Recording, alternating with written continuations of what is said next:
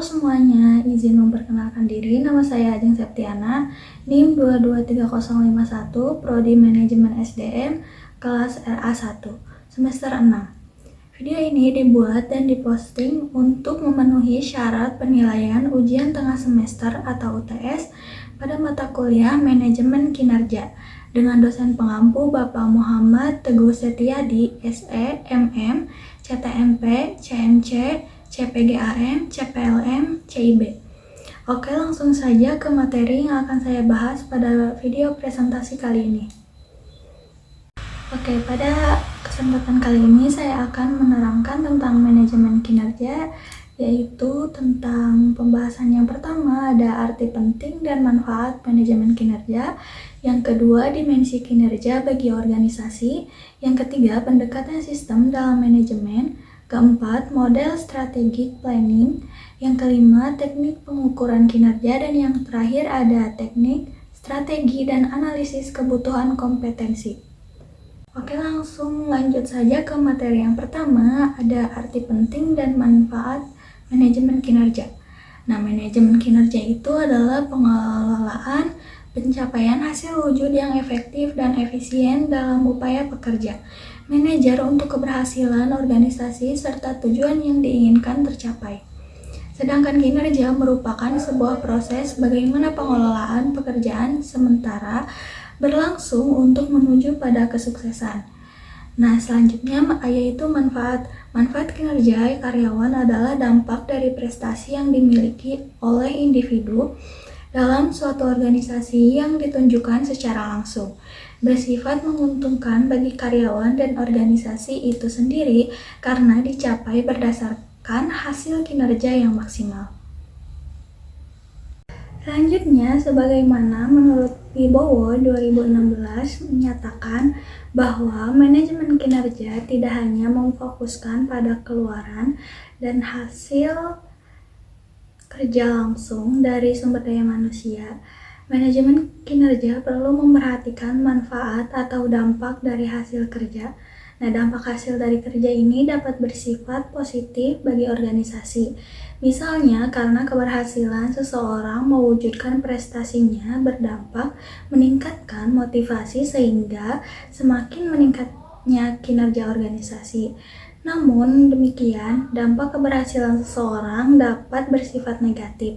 Misalnya, karena bangga terhadap keberhasilannya, berdampak pada perubahan perilaku yang mengakibatkan suasana kerja menjadi tidak kondusif. Nah, dampak kinerja suatu organisasi merupakan manfaat yang dapat diperoleh di luar produk atau keluaran langsung kinerja. Misalnya, dengan produksi yang dihasilkan, organisasi dapat memberikan dampak pada penghematan atau peningkatan devisa, peningkatan kesejahteraan masyarakat, dan sebagainya. Manfaat merupakan spread effect atau pengaruh meluas dari suatu hasil kinerja. Selanjutnya, materi yang kedua yaitu dimensi kinerja bagi organisasi. Kinerja organisasi merupakan indikator utama untuk menilai seberapa efektif dan efisien untuk suatu organisasi dalam mencapai tujuan yang ditetapkan. Nah, berbagai literatur dan penelitian menyebutkan bahwa kinerja organisasi dapat diukur melalui beberapa dimensi utama yang saling melengkapi. Selanjutnya, dimensi kinerja bagi organisasi yang memiliki keberhasilan konsep kinerja dalam organisasi. Nah, keberhasilan organisasi ini ditentukan oleh perilaku individu, tim kerja, serta faktor situasional internal dan eksternal.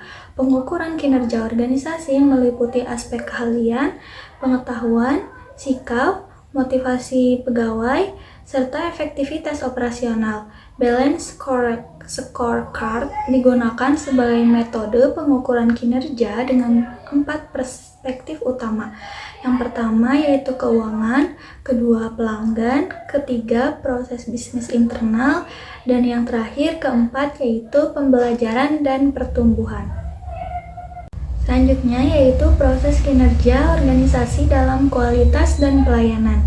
Nah, organisasi pemerintah bertanggung jawab dalam memberikan pelayanan publik yang berkualitas untuk kesejahteraan masyarakat.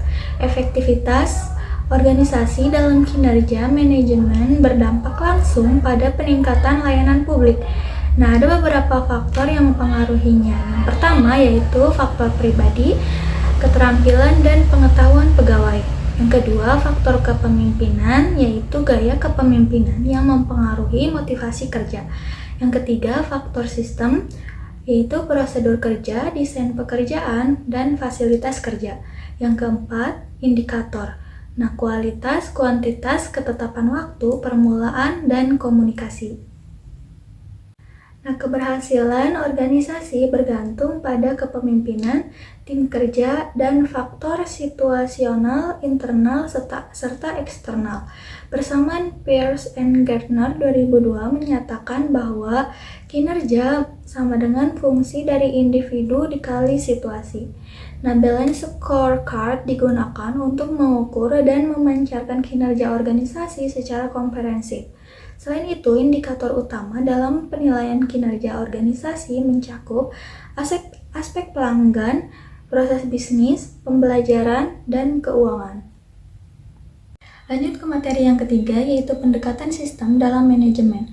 Ada berbagai pendekatan manajemen seperti pendekatan klasik, pendekatan neoklasik, dan pendekatan modern. Pendekatan sistem manajemen merupakan bagian dari pendekatan modern. Pendekatan ini dikembangkan oleh Chester Sahi, Bernard, Herbert, Simon, dan rekan-rekannya. Karena keterbatasan pendekatan klasik dan neoklasik yang hanya mempertimbangkan aspek tertentu, pendekatan sistem dikembangkan. Pendekatan ini mempertimbangkan organisasi secara keseluruhan daripada mempertimbangkan aspek tertentu. Selanjutnya yaitu materi dari pendekatan sistem dalam manajemen, yaitu penerapan sistem manajemen kinerja yang terstruktur sangat penting untuk memastikan bahwa setiap individu dalam organisasi memiliki arah dan tujuan yang selaras dengan visi dan misi organisasi. Nah, sistem ini membantu organisasi dalam mengukur kinerja, memberikan umpan balik, serta melakukan tindakan korektif atau pengembangan yang diperlukan. Proses manajemen kinerja yang baik akan menciptakan budaya kerja yang produktif, mendorong peningkatan kompetensi, dan mendukung pencapaian tujuan strategi organisasi. Selanjutnya yaitu pendekatan sistem dalam manajemen. Nah, pendekatan sistem dalam manajemen ini memberikan pandangan yang menyeluruh terhadap organisasi sebagai satu kesatuan yang terdiri dari berbagai elemen yang saling berhubungan. Pendekatan ini memungkinkan manajemen untuk mengambil keputusan secara terintegrasi dan lebih efektif. Dalam meningkatkan kinerja organisasi, diperlukan strategi manajemen yang mencakup perencanaan, pelaksanaan, evaluasi, dan pengendalian yang berorientasi pada hasil dan perbaikan berkelanjutan. Ada 2 poin dalam pendekatan sistem dalam manajemen. Yang pertama, manajemen organisasi disarankan untuk menerapkan pendekatan sistem secara konsisten agar seluruh bagian dalam organisasi dapat bekerja secara sinergis dan mendukung pencapaian tujuan bersama. Yang kedua, ada pelatihan dan pengembangan sumber daya manusia harus menjadi bagian integral dari proses manajemen kinerja, guna memastikan peningkatan kompetensi yang berkelanjutan dan kesiapan dalam menghadapi tantangan baru. Materi yang keempat yaitu model strategic planning. Strategic planning atau perencanaan strategis merupakan proses yang dilakukan untuk suatu organisasi untuk memastikan strategi atau arahan, serta mengambil keputusan untuk mengalokasikan sumber dayanya guna mencapai tujuan jangka panjang.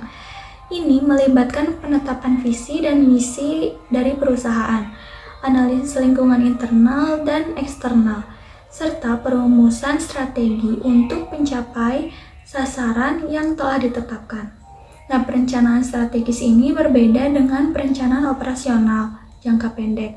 Fokusnya adalah pada gambaran besar dan arah perusahaan dalam jangka waktu 3-5 tahun atau bahkan lebih. Tujuannya yaitu untuk memastikan bahwa semua elemen organisasi bekerja sama menuju visi yang sama. Selanjutnya ada beberapa model-model perencanaan strategik. Yang pertama yaitu model perencanaan strategik dasar, kedua model perencanaan berlandas masalah atau berlandas tujuan.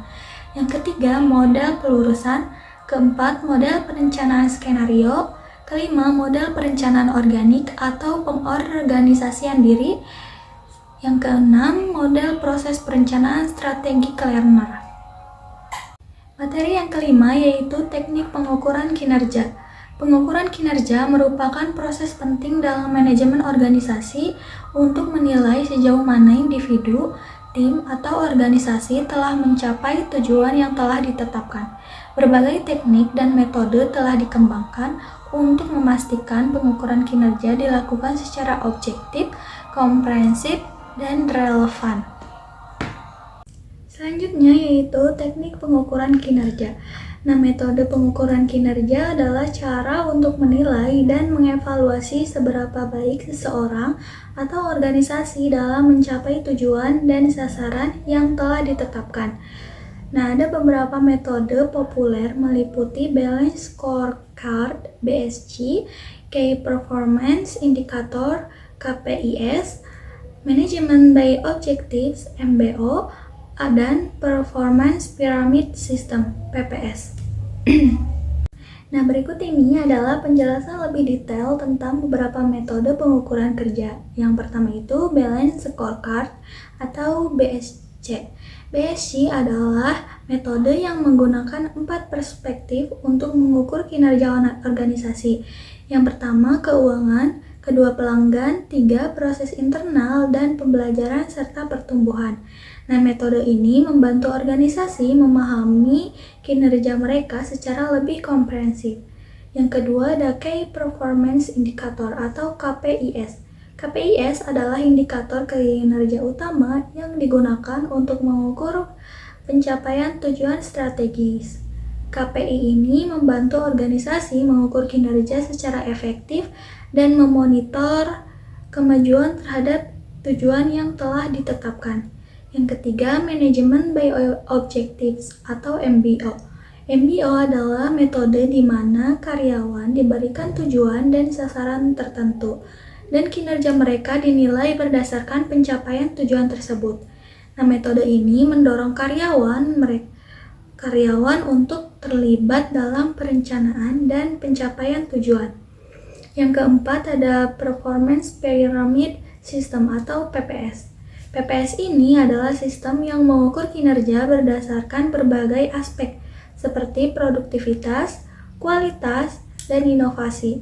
PPS ini membantu organisasi mengidentifikasikan area yang perlu ditingkatkan dan merencanakan tindakan perbaikan. Selanjutnya ada materi yang keenam atau yang terakhir yaitu teknik, strategi, dan analisa kebutuhan kompetensi. Nah, teknik analisa dari kebutuhan kompetensi ini ada beberapa teknik utama, yaitu yang pertama ada mengamati secara langsung perilaku dan kinerja karyawan di lapangan untuk menilai kesesuaian antara kompetensi yang dimiliki dan dibutuhkan. Yang kedua ada kuesioner dan wawancara, ketiga analisis dokumen, yang keempat assessment center dan multi-asesi. Selanjutnya ada faktor-faktor yang mempengaruhi kompetensi. Yang pertama ada keyakinan dan nilai, kedua keterampilan, 3 pengalaman, 4 kepribadian, 5 motivasi, 6 isu emosional, 7 kemampuan intelektual, dan 8 budaya organisasi. Nah, ada di penghujung materi yaitu kesimpulan.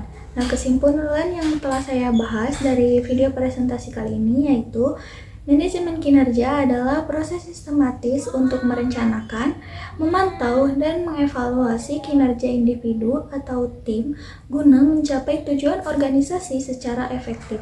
Ini mencakup penetapan tujuan, umpan balik berkelanjutan, serta pengembangan keterampilan dan motivasi karyawan. Untuk meningkatkan produktivitas dan kualitas kerja, manajemen kinerja juga berfokus pada peningkatan berkelanjutan melalui evaluasi berbasis data, penghargaan atas pencapaian, serta perbaikan jika terjadi kesenjangan kinerja. Dengan pendekatan yang tepat, manajemen kinerja dapat meningkatkan keterlibatan karyawan, memperkuat budaya kerja yang positif, dan membantu organisasi mencapai keunggulan kompetitif. Mungkin cukup sekian dari video presentasi saya kali ini. Kurang dan lebihnya saya mohon maaf. Semoga video ini bermanfaat bagi teman-teman yang menonton. Terima kasih. Assalamualaikum warahmatullahi wabarakatuh.